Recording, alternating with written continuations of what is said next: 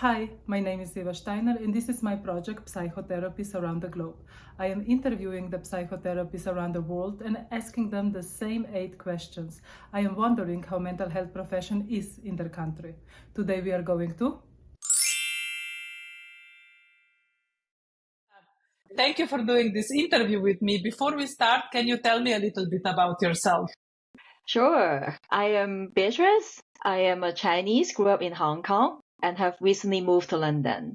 So I'm a clinical psychologist registered in both Hong Kong and UK.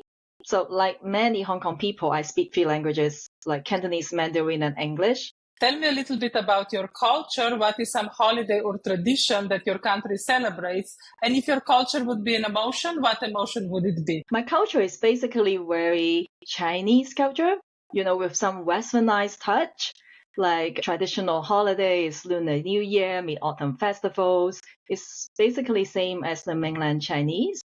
And in our culture, we enjoy so much group activity and festivals. It's definitely surrounded by gathering and food. And I also come from a big family, so in both of these kind of festivals, I grew up like meeting lots of relatives. But because I grew up in Hong Kong, so I also used to celebrate like Easter holiday or Christmas, although I'm not Christian. Can you tell me a little more about some traditional holidays? We have some special traditional holiday, 清明节. So it's like you're supposed to visit the grave of your ancestor.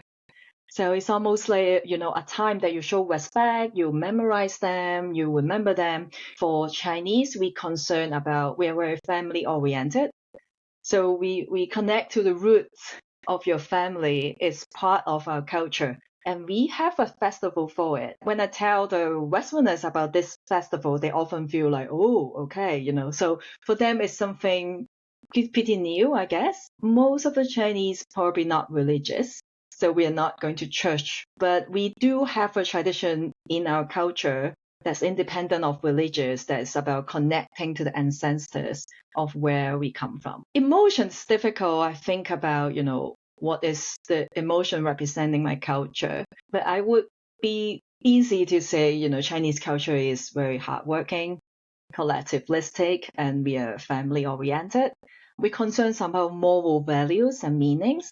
So when you share, you speak, it's easy. You hear people would talk about moral values, like what is right, what's wrong. You can easily hear that, in those sharing, because it's like this is in your blood already. Can you elaborate a little bit more about these moral values that translate through conversations? For example, like if you're coming from a more traditional family, they may have some more conservative ideas about, for example, sex.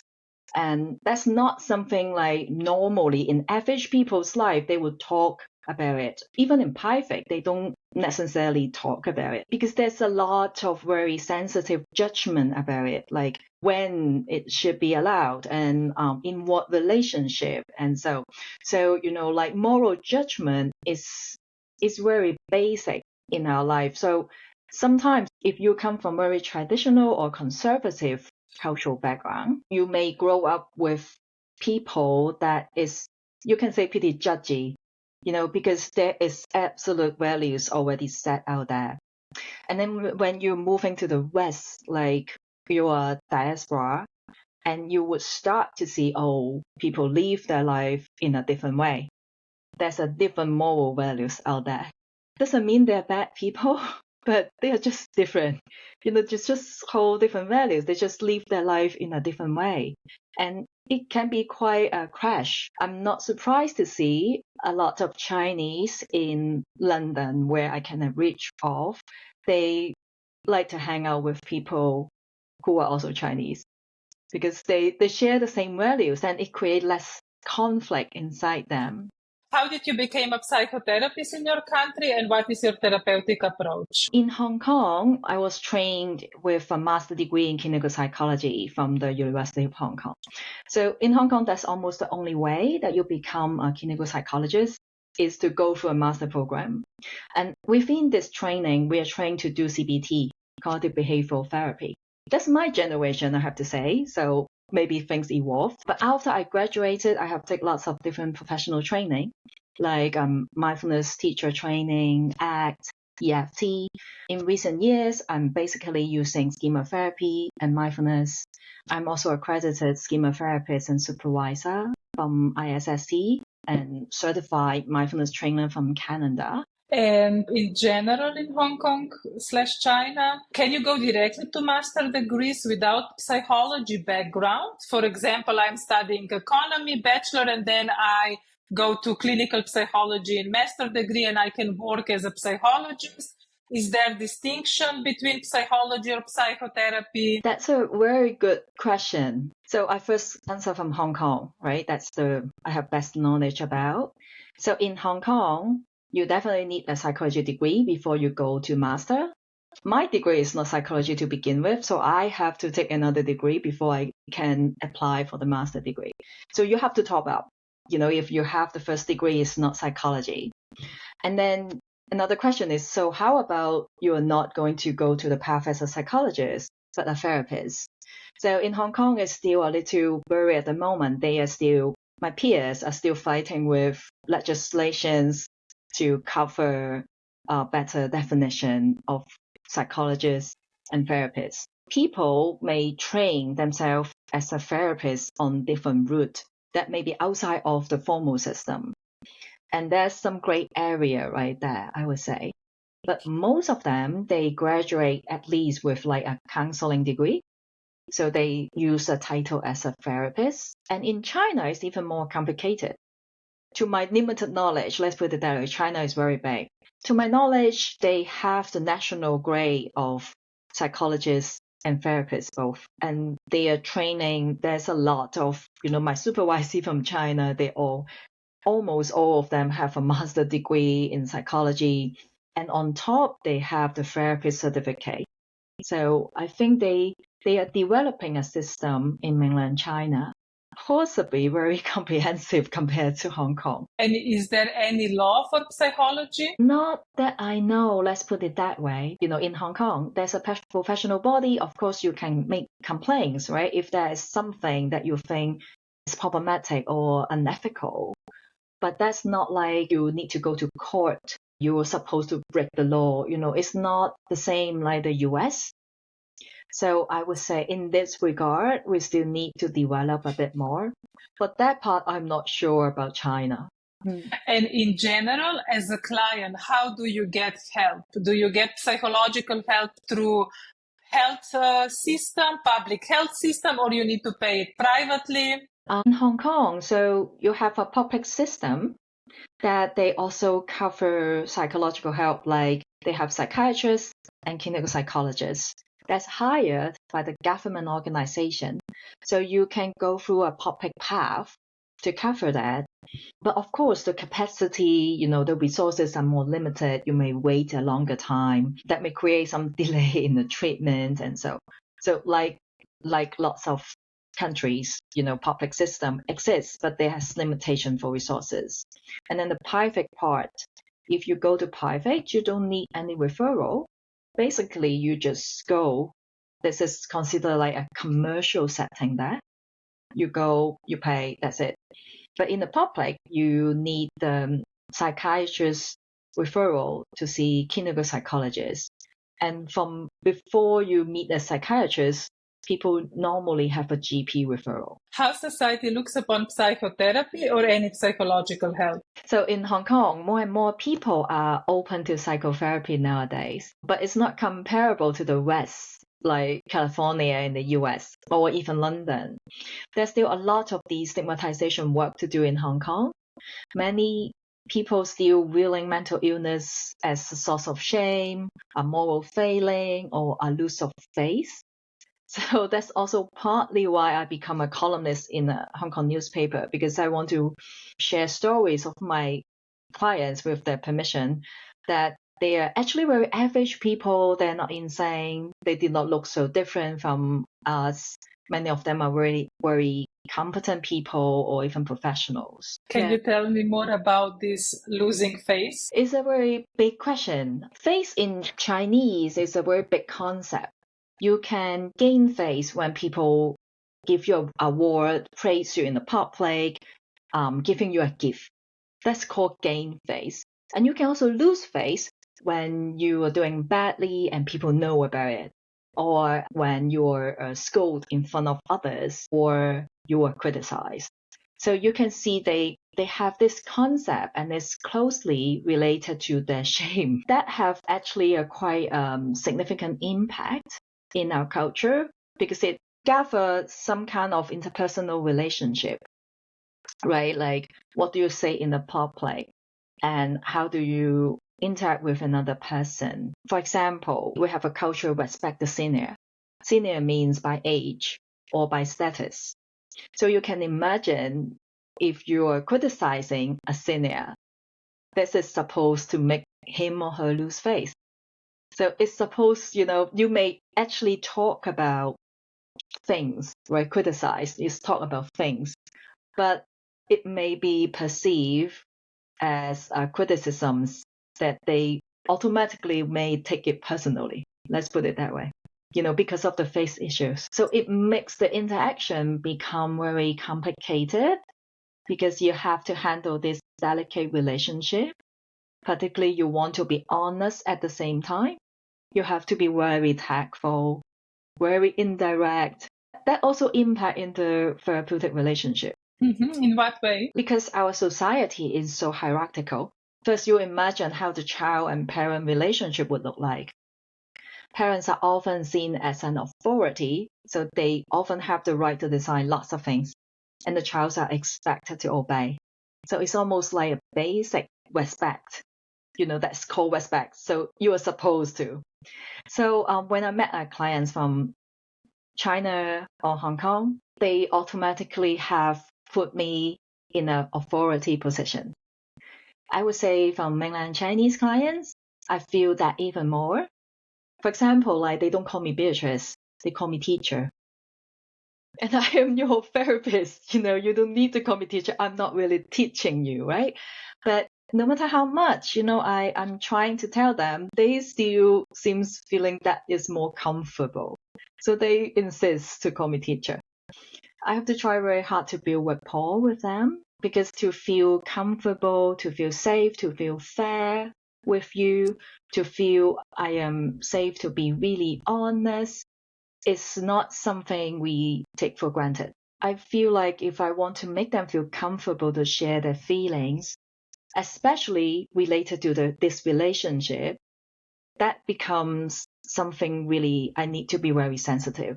Like what they may feel or think, but they didn't say, because they feel they're not supposed to say. This is the education that give you from the very early on within your family, and of course in school. And so you feel the stress, of being very open, because it may attract criticisms to you because of the way you speak, or you're not supposed to do this, or you're not supposed to say this. That put over how are you feeling.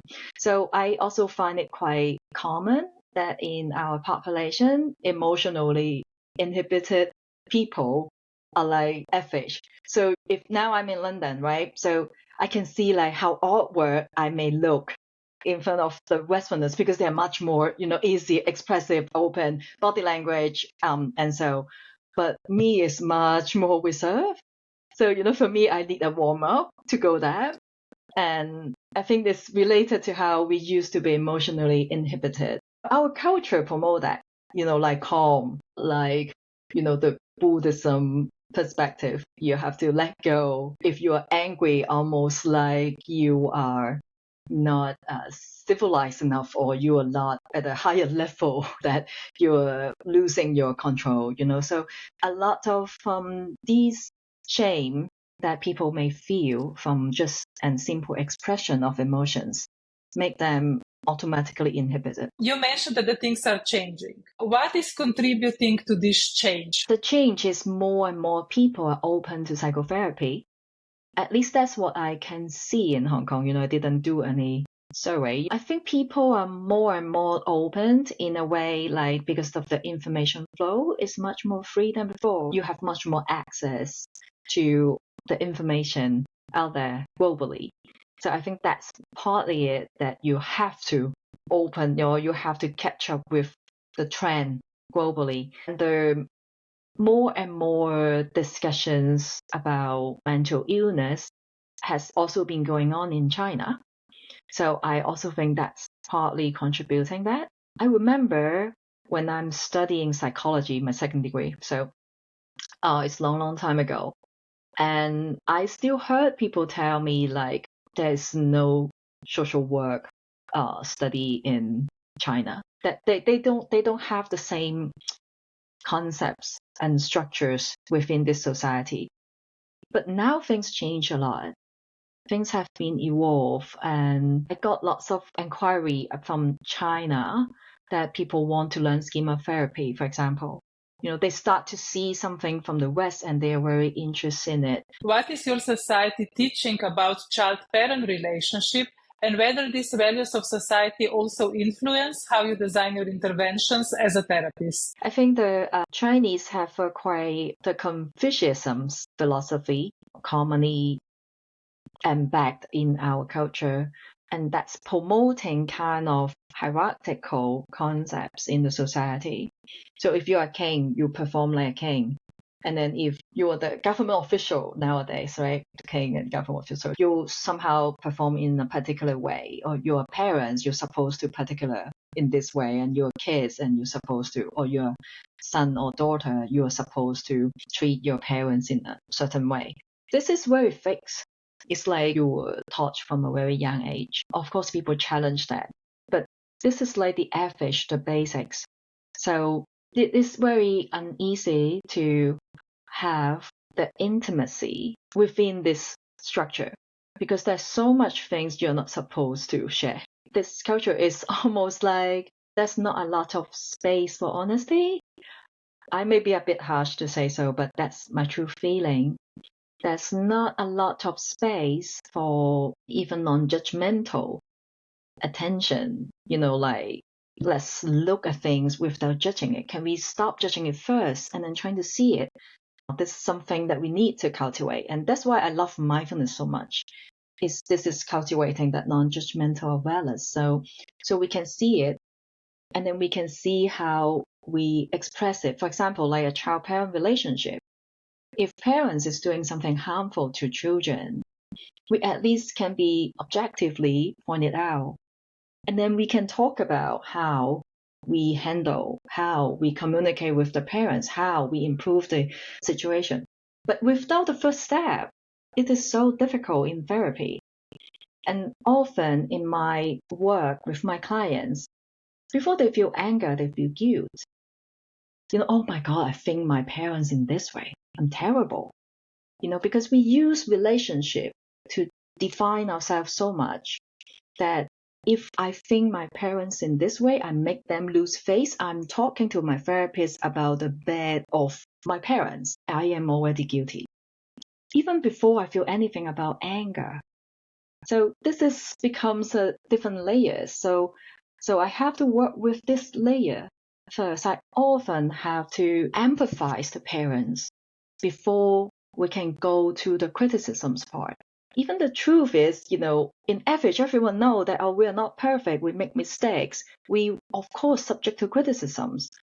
But within this culture, within this relationship, this is so difficult.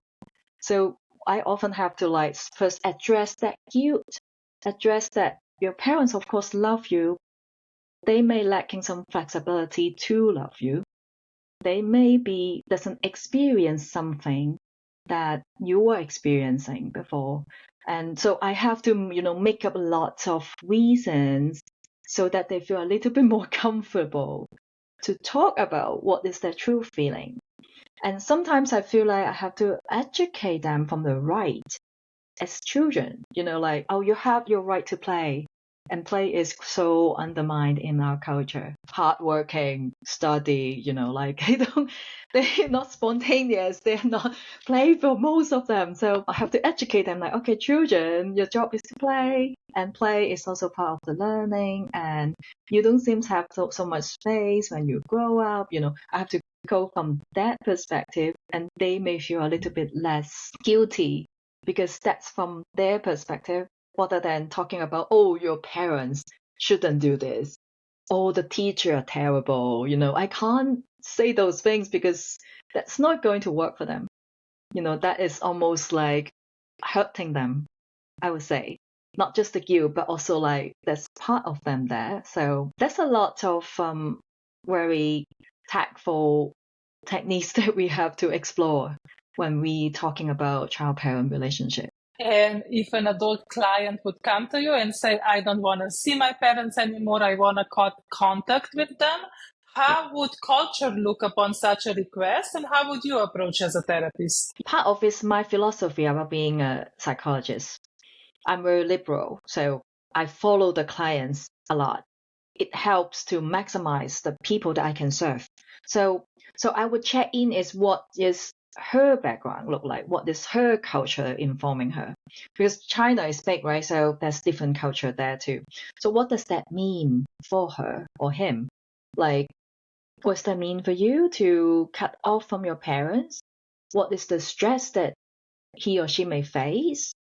And are you ready for the cause? That's more where I would go into. I don't involve myself, like moral judgment, like I'm not her, I'm not living her or his life. So it's more about I help them to unpack that package. I fully respect a way, or a view. I do have clients come to me saying she doesn't want to be in touch with her mom anymore, but she can't, right? Like there's so many things that make you bind together. And I fully understand that because her mom is very narcissistic. So it's very hurtful. There's a lot of drama and trauma that happened between them. So when she see her mom, there's lots of triggers. Of course, she doesn't want it. Like not that she doesn't love her mom, but that is too much for her. So I would want to empathize that just what is that make you feel that way? It must be very painful within your culture that you would want to cut away your parents. And what is that suffering? And then is how can you still love them, preserve that relationship without getting hurt or minimize it or manage it? And to be very honest, that's not something so clear cut.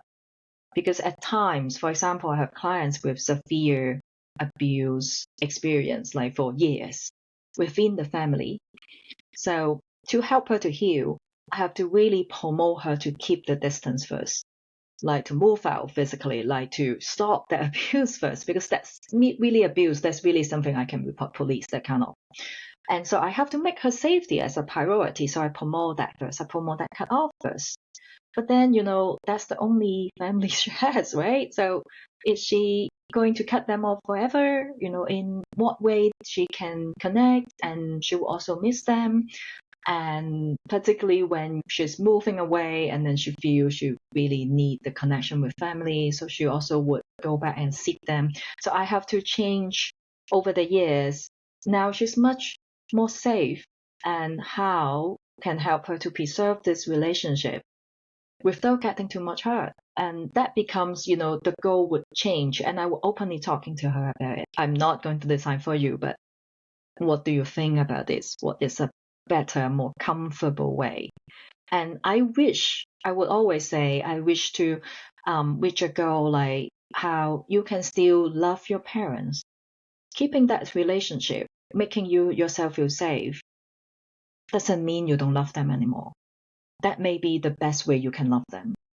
Because if you're not healthy, what is your love can do, right? If you're not healthy yourself, if you're very depressed, what is those love means then? So I would put that person's personal safety, mental health, well-being in a higher priority, and then trying to balance this part of the relationship with her parents, especially if they're abusive parents. And how would culture look upon such a request, like that somebody would decide not to see the parents anymore? The culture, the people around this client who doesn't want to see their parents anymore would definitely be very critical. You would definitely be judged like you are a terrible daughter or son. You don't care about your parents, It's definitely very difficult. Yeah, like people would absolutely judge you from this side. I would say. Almost like 99%, almost like with the exception. Then maybe more liberal, open people may think in a different way. And the Chinese also have a lot of stress from peers, I would say, compared to the individualistic culture. They have much more stress from, the peer recognition. You want to be similar to your group, your peers, because that is what you learn from a collectivistic culture. You are part of the group.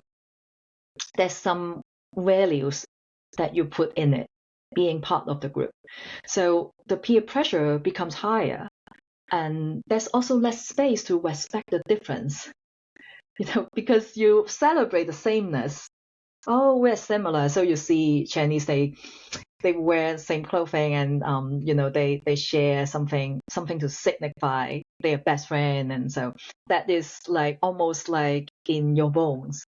I know this happened to the West too, right? If you're a football team, if your best friend BBF, you have a bracelet, something. But like for us, it's like this is in our bone.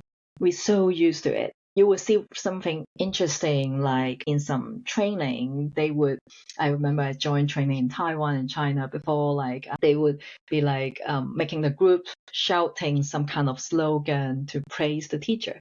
I can feel the westernized side of me feeling really embarrassed for the teacher as well, because the teacher is from the West. But the very Chinese way to show their respect. But I also see, this is just how people used to. So yeah, come back to your question. People would judge them negatively, and they feel absolutely lots of stress from that judgment. They may want to hide, they don't keep contact with their parents anymore. What are the learned beliefs regarding client-therapist relationship? And can the relationship continue outside the therapy once the therapy process is over? Yeah, I learned that the client-therapist relationship is a professional relationship. So we won't go for a meal or coffee with our client. And we minimize outside of the sessions contact with the client as well. As we see the dual relationship often create some conflicts or boundary issues. My professional training informed me I can't see my friends. Absolutely can't see my family. So that's why we need one another. If I have a friend need help, I would want to send it to my peers that I trust, right? Who doesn't know them. So you have to manage those distance. And because our culture is so collectivistic, it becomes even more important to maintain that boundary more tactfully. So strictly speaking, I don't think we're supposed to continue the relationship outside of the therapy room or after the therapy is over. It's the exception. So I do have clients like request to be my friend, like the therapy is over, I really like you, can we hang out a bit? What I'm telling my client is, we can be friends, but you have to be aware, once we are friends, you can't become my client anymore. We can't go back anymore. That's what it is. Are you sure that's what you want, or you want to be able to come back to me when you need me later? So they usually would go back to the client mode. That's the first place why they come to me. And is there any organization where a client can turn to if there is therapeutic abuse? So in Hong Kong, there's a professional association that people can go to make complaints. That's what I know about Hong Kong. But China, I'm not sure. I wish it's more regulations over it. And it's specifically to mental health, or is like complaints like in all the services? That's a professional bodies for psychologists, educational, or industrial. Is supervision a must for a therapist in your country? It's a must for us to maintain our continued education if we want to continue our registrations, both in Hong Kong and UK. So you have some points when you attend some training or receive your supervision that help you to meet this requirement. But you are not forced to go to supervision. You can just go to training. But I am someone enjoy supervision a lot. So I have supervisor from Australia, UK, US, Netherlands, Hong Kong. So for me, my core points are always from supervision. But that's not a must. What are the most common complaints that the client comes to therapy for? That's a very tricky questions because I can't see something to, can generalize, saying most common. I would say they come because they have some emotional distress, like I'm very anxious about something, I'm feeling really low for a long time, there's a relationship troubling me so I can't sleep, so that's how they present their issues. But maybe because I'm doing schema therapy, so we always look for something more root cause, so I become complicated things, but that's what usually they come as a presenting problem. In China, or specifically Hong Kong, would you say there is any collective trauma or any generational trauma that is like showing in mental health? Absolutely. I see intergenerational trauma all the time, because I think partly it's because of my therapy approach lead me to see those things, where the root cause come from, where this person grow up, the developmental stage experience. For example, emotional deprivation. The parents not attuned to the child is so common in my culture. It's so common. And there's so many different reasons for it. I'm not blaming those parents too, because they probably doesn't experience it themselves. And when you are from a developing country, there's a lot of reason for it. People have to survive, they make their living, they have to leave their village to go to city to work, and then you are left behind with the grandparents. That's lots of mainland Chinese experience. And some of them may even have to hide their identity under the one-child policy. So they grow up in a very miserable way. Not that they like it or the parents may like it, but just that's how they live their life within the society. And very emotionally deprived also mean they don't aware of the needs to attend. So sometimes the parents are in a more rich family that they don't leave their child behind and go to work.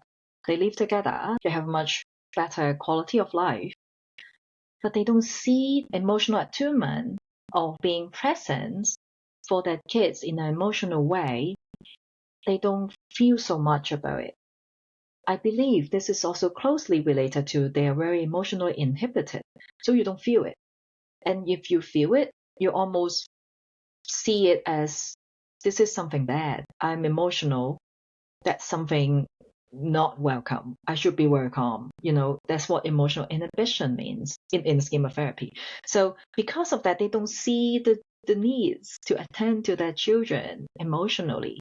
So they often believe in tough love, right? Like, I put a lot of resources on you. I pay a lot of money. I put you in very good school. That's my love. So the love show up in this way. And then another more soft way is by act of service. So like mom cook for you, cook a lot of food for you, and then make you eat all of them. And, remember what you love most, food. So that's also part of the way they show love. But they don't say, I love you. They don't easily get the hints of how their child is feeling at the moment. Most of them don't orient from this perspective in the parenting. But things are changing. I would say the younger generation seems a bit different. But I think this is partly intergenerational trauma, because if you grow up in a way that's very emotionally deprived, you don't seek it in your intimate relationship neither, because you're used to it. You're used to a little detachment or coldness within a very intimate environment, and you don't seek them out. And you repeat yourself somehow, almost like you repeat your trauma somehow. You don't have your needs met, you don't feel understood or seen, you don't get the empathy, you lose it sometimes to anger, you misplace your anger, or you go to addictions to cope with that unmet needs. That's all sort of things can happen to cope with that needs just because it's not met, and the client may not see it. What I'm wondering is like, how do they deal with a young child that shows emotion, that shows anger, that shows frustration? Or if I go a step further, how do they deal with a child with ADHD or child with autism? Perfect question. The most common response of parents when their children show very strong emotion like anger would be suppression, would be punishment, would be this child need to be disciplined. So for kids with special needs, they suffer a lot, and parents have a lot of stress from their peers, because if you bring your ASD, ADHD kids out in the public, and people would say really harsh things sometimes because they don't know that's a special needs kid, right? So they would be like, oh, that's family education is so bad, They would comment on you on that. So there's a lot of peer stress pressure from the social judgment when you're out there. So one of the very good examples that what I observe as a parent myself in Hong Kong is like when the kids have their toy, and then there's some other kids, the parents may hang out, so, oh, let's play together. And then the other kids want to take his toy. And then the Chinese parent will say, share, let's share, let's share. The first thing it comes would be, this is what socially appropriate. Let's share. But for the kids, first, they may be too young. They may be like 2 years old, will share. Second, that's my toy and he just took it.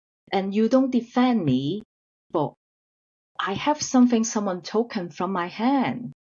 My parents don't defend me, but ask me to share. Like, this is something okay. This is something good. This is something I'm supposed to do. So you see how difficult for the child to have boundaries, right?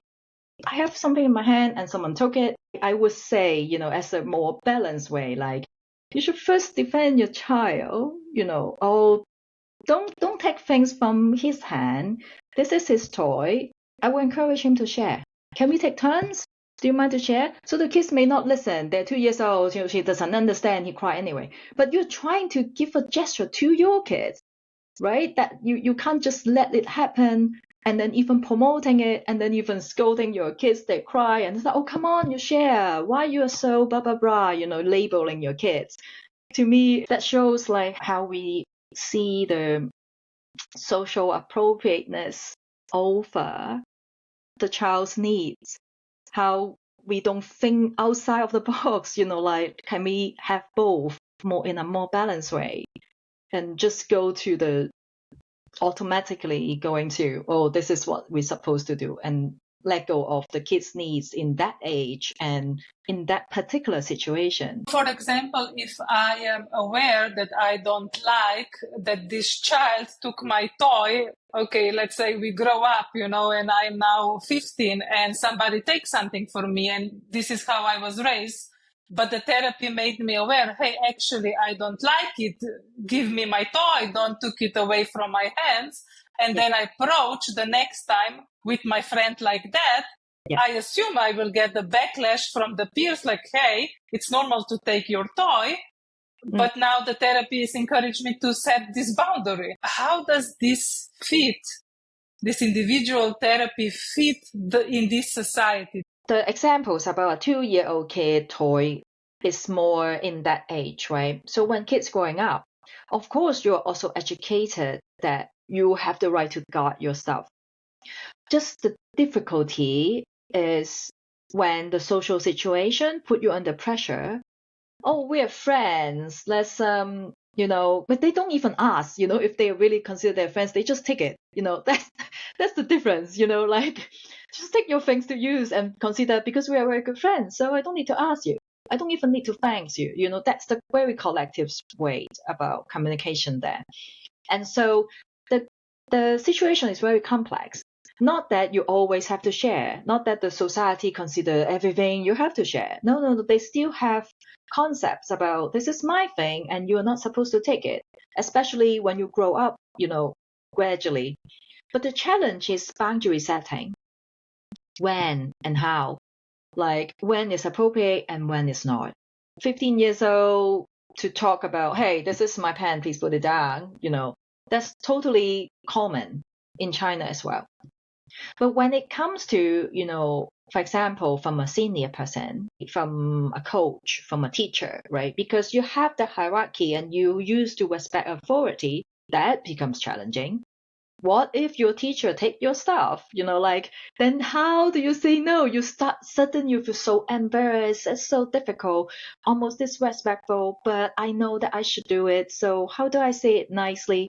And maybe hint and remind him that, this is actually my thing, So that becomes something very difficult. So I would say those so-called boundary setting stuff is very not clear-cut. It depends on really that situation. Which emotion can a person display in your society? Well, happiness would be something they can easily display. Not necessarily like excitement, but happiness, in general. Appreciation, that kind of gratefulness, that kind of attitudes usually show up as very happy, right? So that emotion can be easily displayed. If you would share one tool, belief, or approach that is a must-have for you as a therapist, what would that be? I would say, a humanistic approach is the base of any therapy. That's how I see it, literally any therapy. If we cannot see the common humanity or common suffering of human beings, we can't be a good therapist. We can't empathize our client enough, or we can see them enough, to help them build from their strength, or the depth of the therapy would be limited. Perhaps because I'm working with clients with trauma or personality disorder, my perspective is that we all suffer to a different extent from the limitation of our life. Like how our family shape us, perhaps also limit us, or perhaps also wound us. Or how we share some core needs like safety, connection, autonomy, or how we all crave for love and understanding, or how we have the capacity to learn and grow and change. So I have to see that person in front of me that may be suffering, could be me. Then I have the capacity to treat. That's how I see it. So I consider that's called humanistic approach. And I truly believe human connection heals people.